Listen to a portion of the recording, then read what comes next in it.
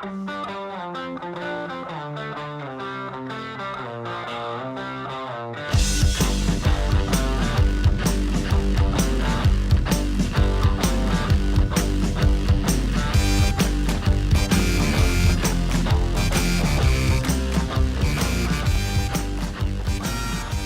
and diving with a couple of big weekends and another one coming up. Happy to talk about it with the head coach of the Cards, Arthur Albiero. I'm Sean Moth. Great to see you again as always, as we're joined by the National Coach of the Year from last season. Coach, let's roll back to the SMU Classic. I know we talked about what a unique competition that is. You take 8 swimmers. They have a grueling schedule that maybe the meet is as dependent on your planning and your staff's planning as it is the swimmers. And you guys came out of there really well against some really high-level competition. Well, that was our goal going into it. You know, we knew this is a kind of event that very unique, as you put it, and opportunity for us to really measure ourselves and really see where we stack up against some really top-level competition. So I felt like we got everything we needed out of that. We accomplished quite a few things.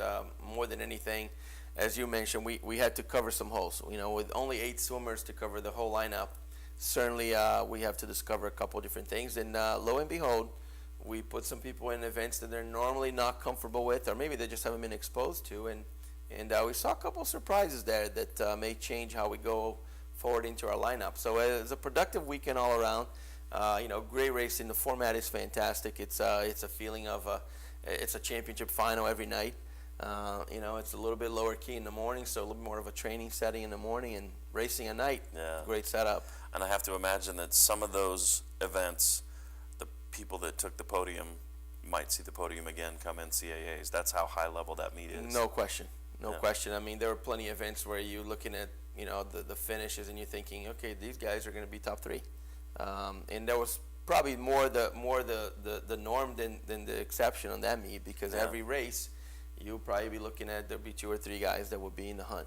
So fun meet to really see the top of our sport right now. Outstanding. That rolls into the rivalry. The Cards head to Lexington to take on the Kentucky Wildcats in a duel, the men and the women. And on paper you can look at the times and say this is what should happen.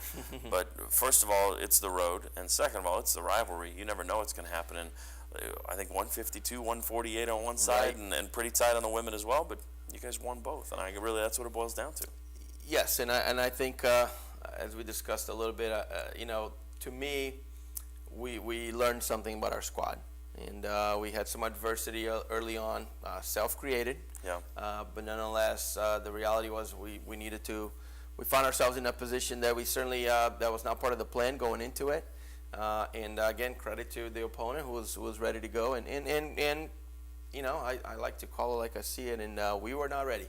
Yeah. We were not ready off the gates, and a little bit sluggish, and it showed. So we, to their credit, they responded. Our team really did a great job of rallying, and really the women's meet was pretty much we were under control for the whole setting, but the men's meet came down to the wire. Last couple races, we needed to do something pretty special, and I think we were down 14 points after the second diving break. So we it's not a place that you like to be, but in a must situation, and boys did a great job. We knew we needed to go, score some major points in the 200 IM, and our boys did 1, 2, 3, 4. Wow. And that kind of handed things off to our relay to close the deal and walk away with a win and be ready for the next thing. Unreal. How exciting. I know that looking on paper, there were a number of multi-winners, but Kelsey Worrell on the women's side won 3 different races, and almost the exact same races for Joao DeLuca on the men's side. So 2 performances on paper that stood out. I don't know that that's always the swimmers of the meet, so to speak, but obviously they swam well. Well, Kelsey's been it's been fun to watch. It's been fun to coach her. She's just a diamond in the rough. We were very fortunate that when we signed her, we felt she had potential. We love her personality. We love the fit with our team all the way, and and she's been on a tear. Just really excited about the next thing. It's been fun to see that, and that's contagious. Yeah. And who knows what she can do this year. So that progress has been fantastic. And DeLuca, as you mentioned, I think he's a guy who's had some experience.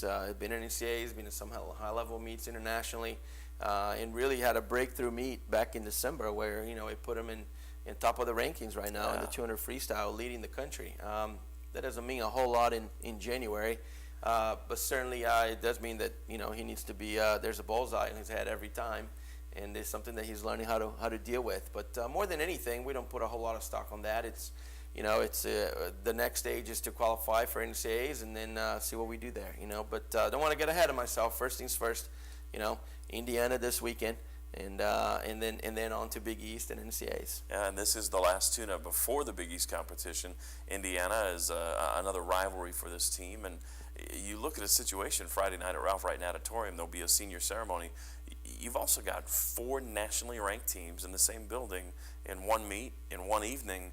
I don't know how many other venues anywhere in the region can offer something like that. I mean, it's an exciting opportunity to come out and see some really high-level competition. It's going to be a fun evening, and I think certainly first and foremost we want to make sure that we do right by our seniors and honor them and thank them for their effort and their really everything they've done to help us get to the program. I mean, this is a group that has been hands-on major contributors to the progress of our program.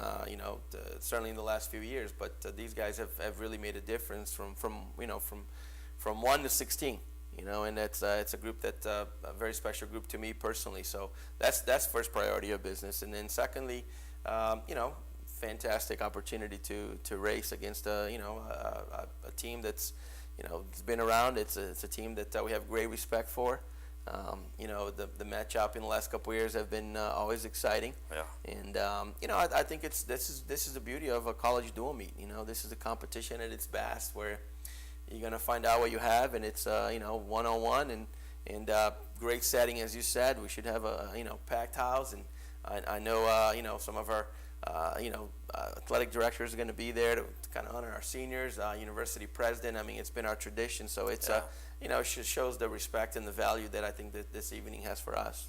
With those 4 nationally ranked teams, just in case you're not doing the math, 2 of those are the Louisville Cardinals. Once again, having a great season. This final tune-up will lead into Big East, so we'll look forward to talking after Indiana and previewing what's ahead in the meantime. I'm looking forward to being there Friday night. Best of luck to you and the squad. Look forward to it. It'll be fun. For Arthur Albiero, I'm Sean Moth. We'll see you at Ralph Wright Natatorium, and then we'll talk next right here on Cards TV.